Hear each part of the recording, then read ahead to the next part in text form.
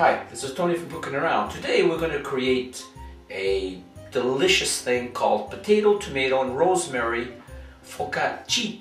Now I hope I pronounced that right. It's a pizza, but it has a little bit of a twist, and there is no mozzarella. But it's going to have a lot of goodies in here. For example, tomatoes, potatoes. It's going to have some Parmesan cheese and some rosemary. So all I can say is, let's get started with this great pizza that we're going to make.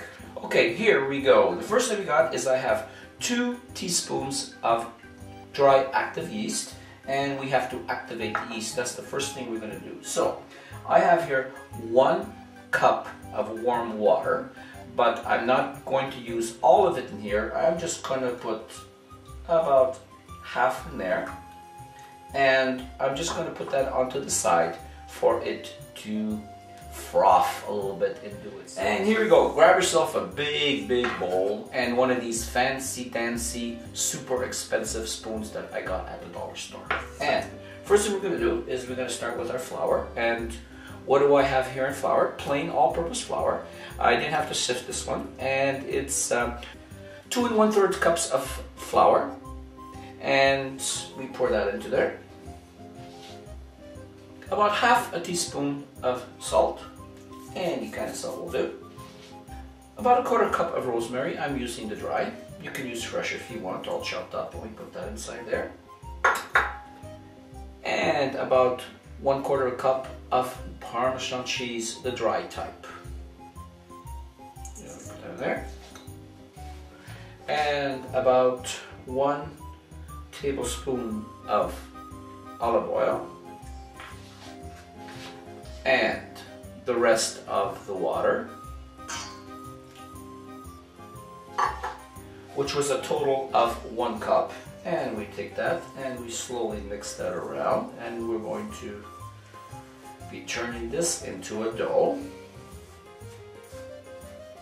And now at this point we take our dry yeast mixture that has been frothing, and we put all that inside.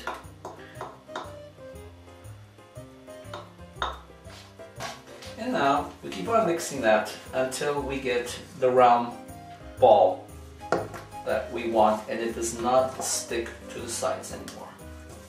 You see, like right now, it's still sticking to the sides, no problem.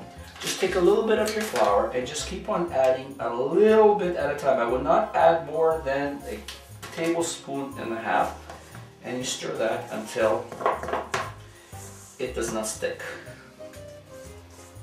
And you can see now that it is not sticking to the sides.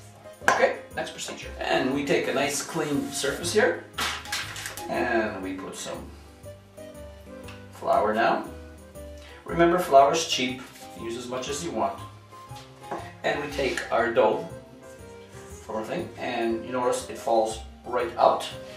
And we take it and we keep on moving it around in the flour until it does not stick anymore. Keep on moving her in. Now, it's still sticking a little bit, so we add a little bit more flour, just like that. And we keep on moving her around until it doesn't stick. Now you notice now it's not sticking anymore to my fingers. So what we do now is we knead it. And I want you guys to knead this for exactly 5 minutes. Now, somebody on YouTube says, oh, well, you know, we don't have to do that for 5 minutes. Well, then don't do it. If it doesn't turn out good, I'm sorry. And you can see that it's going very nicely here. Now, what do? Take it and we turn it into a ball. It doesn't have to be perfect. There is no perfection in the kitchen. Now, put a little bit more. And what I want you to do is now, I want you to bring it out like this and flatten it out into a pizza shape. And I want you to go out about 25 centimeters. So I'm taking my expensive roller You guys should comment that my girlfriend has not bought me a roller for Europe yet. I do have a roller in Canada, more than one, but I didn't bring one here. And we're going to roll this out as round as possible, and we're going to try to make it to about 25 centimeters. Now, you can make it larger and add more dough if you wanted to, next time you attempt this. And that's about the size you want. If you look at the wine bottle, it's about almost the size of the wine bottle. So, now we're going to take this and we're going to transfer it to another tray.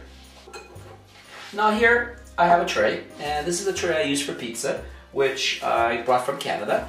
Notice it has a lot of indentations and holes in here. It crisps it a little bit better. And I take a little bit of oil with a little bit of a brush, and I just lightly brush it around just to coat it, just so it will not stick. Now, I take our dough and I place it right there in the middle, and right here you guys can straighten around and try to make it as round as possible. You don't have to do this, but I like to see my pizza round. And that is about the best round I'm going to get. And there you go. Now what do? We take it and we cover it with a clean cloth. And now we put it into a dry and warm area and let it rise for 1 hour. If it's colder where you are, you have to give it a little bit more time. So I'll be back in 1 hour. Okay, and we're back. Here it is. It's been 1 hour. It has poofed really good. So what I'm going to do is just basically push it down just a little bit more, not too much, and let's get this thing going. First thing we're going to do is we're going to take our sliced potatoes. I have one medium potato here, sliced at a little bit less than 2 millimeters thin. Not more, not less, so it will not burn and it will cook perfectly. And we are going to spread that all the way around. There we go, just like that. And the raisins of the raisins, the tomatoes. And now we're going to put the tomatoes all the way around like this. And the tomatoes have been sliced to approximately 1 centimeter each, because the tomatoes will take a lot less time to cook than the potatoes. So I just arrange it any way you want, like that. As we take some of the dry rosemary and generously just sprinkle it on like that. And we're not done. A little bit of parsley.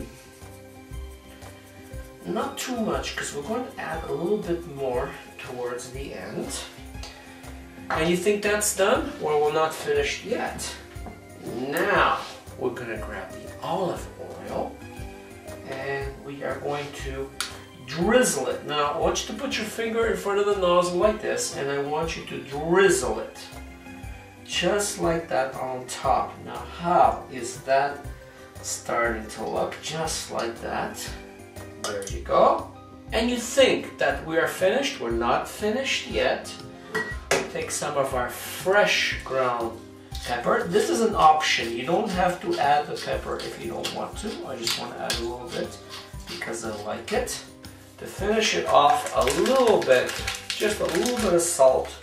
Now, this is ready for the oven. I have the oven set at 350 degrees. And it's going in for approximately 45 minutes. Now, depending on if it's a gas or electric stove, it may take a little bit less or take a little bit longer. So I want you to watch the edges here and see how that is coming along and how the cooking process is coming. But we're looking at approximately 45 minutes. So here it is, back in 45 minutes. And here it is, our focaccia. How does that look coming out of the oven? So now what we do is we take a little bit of olive oil, a little bit more, and we just dab that on top like that, just to brighten up those colors like that. And if you want, you can put a little bit more pepper on top just to spice up your day. And of course, a little bit more parsley, just sprinkle it up. And now, what we do now is we let it cool down for about approximately 20 minutes, and then we cut it up and we serve it.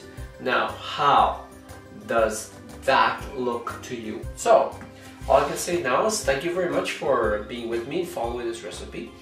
And please, do not forget to sub. And I will see you again on my next cooking recipe. Thank you and enjoy!